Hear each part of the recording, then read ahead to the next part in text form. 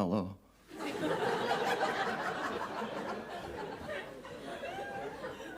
Death, disaster, famine, disease, the poll tax. I suppose some of you sometimes think that life's not worth living. So do I. What a Christmas we had. For one thing, we couldn't find the fairy light. Searched everywhere. Then eventually we discovered the dog had taken them into his kennel. Just a wee dog with legs like a fox terrier and a face like a boxer. A wee bit like Barry McGuigan.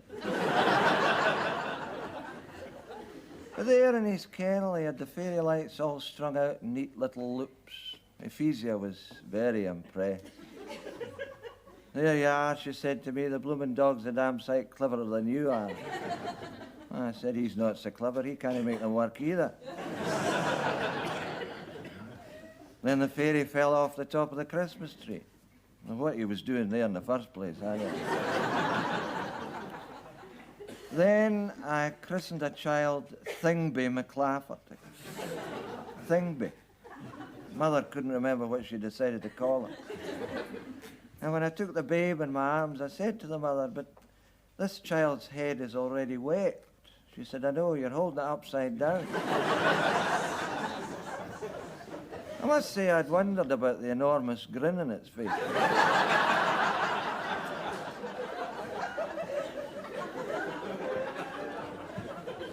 And this year we'd decided to put up an illuminated Christmas message above the church door. Unfortunately, Mercedes McClumpher, the session secretary who would have had to make all the arrangements, wasn't at that meeting. So I went round to her house and popped a note through her letterbox giving the text of the message and the dimensions of the sign.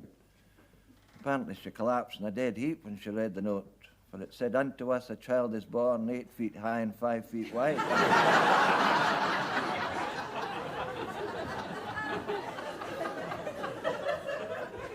So it was a time of frustration and disappointment for me, but of course long ago I've learned to laugh off such irritation.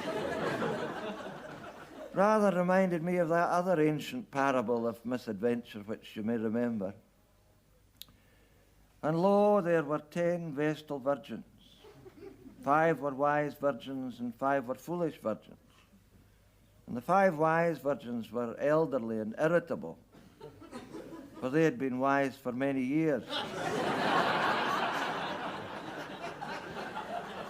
It was getting on their wick.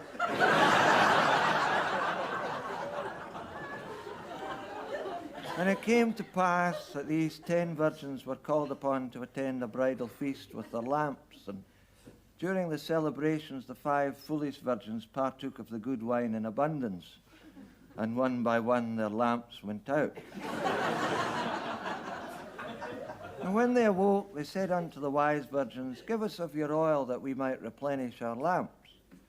And the wise virgins spake unto them, saying, get thyselves knotted. Go into the marketplace, get thyselves a trolley, and purchase that which you need. So the 5 foolish virgins set off, but came unto the wrong marketplace. And they spake unto a Sadducee who was there, saying, we are 5 foolish virgins who need our wicks trimmed and our oil replenishing. Go ye to yonder house, replied the Sadducee. Knock thrice upon the door and ask for Obadiah. The foolish virgins did as they were bidden, and approaching a small door knocked 3 times, whereupon it was opened unto them, and they spake, saying, we are 5 foolish virgins. Thou hast come to the right place, said Obadiah. And lo, they entered. Otherwise they would have bumped their heads in the door.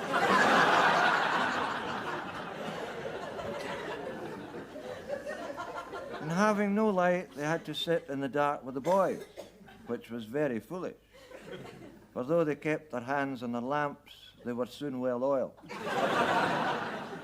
And it came to pass that when the 5 foolish virgins returned to the feast, they spake unto the wise virgins, saying, rejoice, sisters, for we are not the foolish virgins that ye knew. For not only have we lost our foolishness,